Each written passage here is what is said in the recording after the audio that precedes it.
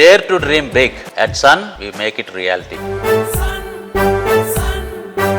నా క్లయింట్ నీ కారణంగా అవమానాల పాలై ఆమె అక్రమ సంతానానికి తల్లి అవుతోంది.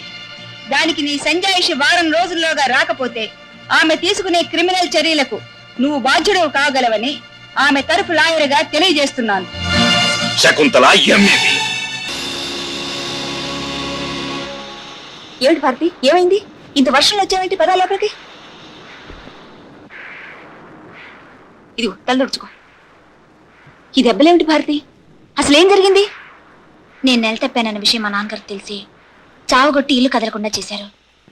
నేను వాళ్ళకి చెప్పకుండా వచ్చేసాను. అంటే ఎంత పని చేసావు భారతి. చెప్పకుండా ఇల్లు వదిలిపెట్టేస్తే కన్నా వారు కంగారు పడరు. కనీసం నా దగ్గరకు వస్తున్నట్టున్నా చెప్పు ఉండాల్సింది. చెబితే వాళ్ళు నన్ను కదలనిస్తారా? కోర్టుకి ఎక్కనిస్తారా ఆంటీ?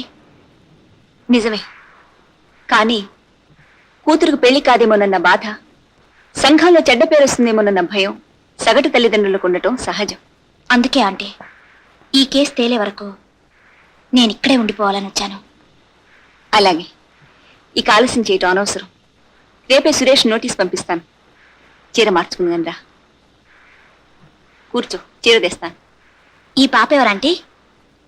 నా కూతురు. అదేమిటి, మీరు పెళ్లి చేసుకోలేదుగా? పెళ్ళై ఉండాలా కూతురుండేందుకు? భారతి, నీకు తెలియకుండా ఈ ప్రశ్న అడిగి ఒక్క క్షణంలో నువ్వు ఈ సమాజంలో ఒక మనిషిని నిరూపించావు. Sorry aunty. నిన్ను అవమానించాలని అనలేదమ్మా. చూడు, మన రక్తంలో జీర్ణించుకుపోయిన పెళ్లి, పిల్లలు, ఆచారాలు, సాంప్రదాయాలు ఇవన్నీ ఒక్కరోజుతో పోయేవి కావు. అందుకే ఈ పాప నా కూతురు అనగానే అప్రయత్నంగా మీకింకా పెళ్లి కాలేదుగా అని అడిగేశావు. ఇది మన సంఘంలో సహజమైన ప్రశ్నే. ఈ ప్రశ్న అడగని స్థాయికి మనం ఎదగాలంటే ఏళ్లు పట్టచ్చు, ఎన్నో తరాలు పట్టచ్చు. భారతి, పెళ్లి కాకుండా తల్లైన ఆడదాన్ని ఒప్పుకునే సమాజానికి నువ్వేనమ్మా పునాది రాయివి. నాకు ధైర్యం, అండ, ఆదరణ అన్నీ నువ్వే ఆంటీ. ఇంతకీ నీ సందేహం తీరాలిగా. ఈ పాపను అనాథ శరణాలయం నుంచి తెచ్చి పెంచుకుంటున్నాను. వెళ్ళి చీర మార్చుకో. సరోజా, భారతి పని ఈ రోజు నుంచి నీతోనే ఉంటుందమ్మా. అలాగే నమ్మగారు. ఎంత ప్రయత్నించినా అమ్మా అని పిలిపించుకోలేకపోతున్నా.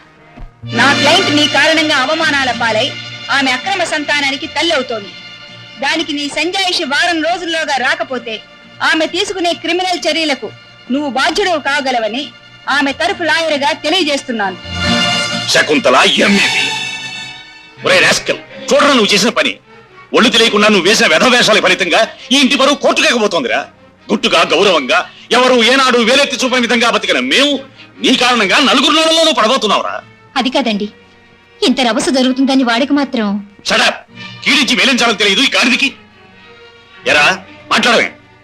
డాడీ, నేను నోరు మొయ్యగా. నీ మొహం చూస్తేనే తెలుస్తుందిరా ఈ పాడు పని చేసింది నువ్వేనని. నువ్వు చేసిన తప్పని నాకు తెలుసు, ఐ మై ది రైట్ అని నాకు తెలుసు. కాకపోతే నా పరువు, మర్యాద, వంశగౌరవం నిలబెట్టుకోవడానికి ఈ కేసు గెలిచి తీరుతాను. నీకు సంబంధం లేదని నిరూపిస్తాను. కన్న తండ్రిగా, ఇంటి పెద్దగా it's my duty.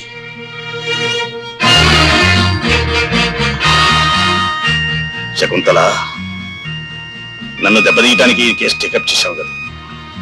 All right, let's fight.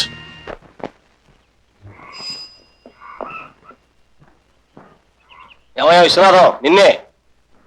మేమున్నది నిజమేనా? నీ కూతురు దయానిధి కొడుకు మీద కేసు పెట్టిందట. ఎంత సిగ్గుమాల పని ఎలా చేయనిచ్చావయ్యా? ఇంకా ఊళ్ళో తలెత్తులు ఎలా తిరగలవు? ఇప్పుడు ఆ పిల్లకు పెళ్లి ఎలా అవుతుందయ్యా?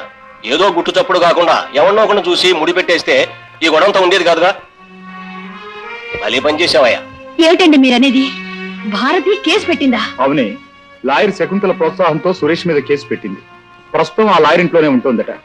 నిజంగానే అది ఇంతకు తెగించిద్దా? ఏమండి, ఒక్కసారి ఆ లాయరమ్మ ఇంటికి వెళ్ళి మాట్లాడొద్దామండి. ఆవిడైనా మన మాట విని ఈ కేసు గొడవ లేకుండా చేస్తుందేమో. ఏవి, ఎంత పని చేసేవి?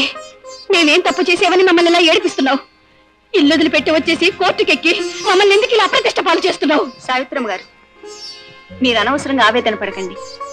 ఒక ధైర్యం గల ఆడపిల్ల తీసుకోవాల్సిన నిర్ణయమే మీ అమ్మాయి తీసుకుంది. అదేమిటమ్మా మీరు కూడా అలా మాట్లాడతారు? కోర్టుకు వెళ్ళడం వల్ల ఒరిగేదేమిటి? ఒకవేళ చట్టం బలవంతాన అబ్బాయి చేత తాళి కట్టించినా అతనితో కాపురం చేయించలేదుగా. అది చూద్దాం. విశ్వనాథం గారు, అన్యాయం జరిగిన ఒక ఆడపిల్లకి న్యాయం జరగాలని కోర్టు ద్వారా ఈ సమాజాన్ని నిలదీసి అడగబోతున్నాం. సమాధానం ఏమొస్తుందో చూద్దాం. అంతవరకు మీ అమ్మాయి నా దగ్గరే ఉంటుంది. మీ పరువు ప్రతిష్టలు మంట గలుపుతుందనుకున్న మీ అమ్మాయే మీకు పేరు తెస్తుంది. మీరు ధైర్యంగా ఉండండి. సరే, దాని రాత ఎలా రాసి పెట్టి ఉంటే అలా జరుగుతుంది. పద సావిత్రి, పోదాం పద. ఏమిటి రాఘవయ్య గారు, మీరు చెప్పేది నిజమేనా? అవునయ్యా, దయానిధి కొడుకు మోసం చేశాడని, ఆ కారణంగా తను తల్లిని కాబోతున్నానని మన విశ్వనాథం కూతురు అతని మీద కేసు పెట్టిందట. ఆ కేసు టేకప్ చేసింది లాయర్ శకుంతల. శకుంతల అన్ని కేసుల్లోనూ దయానిధిని వ్యతిరేకించి ఆవిడ సరాసరి అతని కొడుకు మీదే యుద్ధం ప్రకటించిందన్నమాట.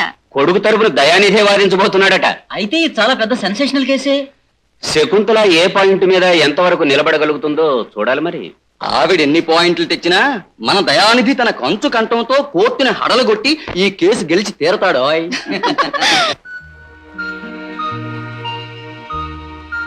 ఆంటీ, చాలా పొద్దుపోయింది, పడుకోవా? లేదమ్మా, ఆడదానికి న్యాయం చేయటం మర్చిపోయి నిద్రపోతున్న ఈ సమాజాన్ని లేపబోతున్న వాళ్ళం మనం. మనకి నిద్ర ఏమిటి? రేపు ప్రారంభమయ్యే ఈ కేసు ముగిసేంత వరకు నాకు నిద్ర ఆహారాలుండవు. నువ్వు వెళ్ళి పడుకో. టీ తీసుకో ఆంటీ. సురేష్ భారతికి అన్యాయం చేశాడని కేసు పెట్టింది తెలుసా? విన్నానే, అందుకేగా భారతి కాలేజీ కూడా రావడం మానేసింది. ఇంట్లోంచి వెళ్లి లాయర్ శకుంతల గారింట్లోనే ఉంటోందట.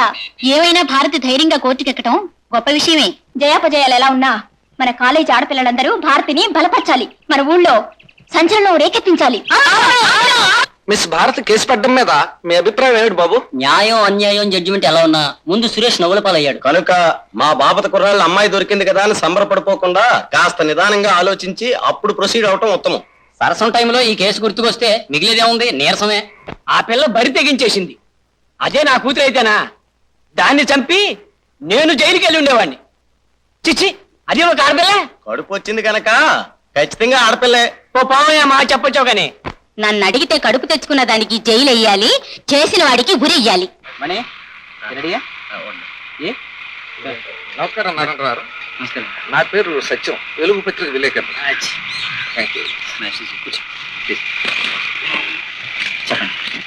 ఎన్నో సంచలనాత్మక చిత్రాల దర్శకుడిగా ఇటీవల కోర్టుకు ఎక్కిన భారత్ కేసు ఎంతో సంచలనం కలిగిస్తుందని మీరు భావిస్తున్నారా? సంచలనం కలిగించడం ఏంటండి, ఆల్రెడీ కలిగించింది. Big sensation. ఎంత సెన్సేషన్ అంటే, ఈ కేసు కోర్టుకి ఎక్కిన దగ్గర నుంచి నా మైండ్లో నా కథల గురించి ఆలోచించడం మర్చిపోయాను. ఎప్పుడు ప్రతి నిమిషం ప్రతి క్షణం ఈ కేసే నా మైండ్లో తిరుగుతుంది. ఎంతవరకు అంటే, ఈ కేసు ఎప్పుడు పూర్తవుతుందా, జడ్జిమెంట్ ఎప్పుడు బయటకు వస్తుందా, వచ్చిన తర్వాత వాళ్ళ పర్మిషన్ తీసుకుని ఈ కేసును సినిమాగా తీయాలనేటంత వరకు నా మైండ్లోకి వచ్చింది. నిజంగానా సార్? ఎందుకంటేనండి, మనం చూస్తున్నాం కాలేజీ పిల్లలు, బాయ్స్ గర్ల్స్ ఏదో తెలిసి తెలియకుండా రొమాన్స్ అనుకోవడం, ఈ రొమాన్స్ అనుకున్న తర్వాత పెళ్లి అనే ఆశతో వాళ్ళు ఒకరికొకరు తెలియకుండా తొందరపడిపోవడం.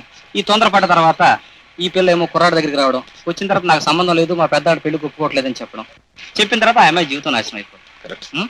మరి భారత్లాగా ఎంతమంది ధైర్యం చేసి కోర్టుకు ఎక్కుతున్నారంటారు? ఆ అమ్మాయి ఈ రోజున కోర్టుకు ఎక్కి నాకు జరిగిన అన్యాయానికి న్యాయాన్ని ప్రసాదించండి అని అడుగుతుంది కదా. సో ఇది ఎంతమంది వల్ల సాధ్యం అవుతుందంటారు? 10 మంది ఆడపిల్లల్లో 2 భారతి లాంటి వాళ్ళు కనుక ఉంటే, ఈ వెర్రి వెర్రి వేషాలు వేసే కుర్రాళ్ళు ఉంటారు చూడండి, వాళ్ళు తుపాకీ దెబ్బకు దొరకరు. Correct sir. అంచేత నా ఉద్దేశం, అసలు ఈ కేసు సెన్సేషన్, కోర్టు జనం వదిలేసేయండి. But the real impact of this case will be much and much more and more only on the teenage students. Correct. పోతే మీ ఆర్టికల్స్ కూడా పేపర్లు చదువుతున్నాను. చాలా బాగుంది. Thank you. తెలుగు వన్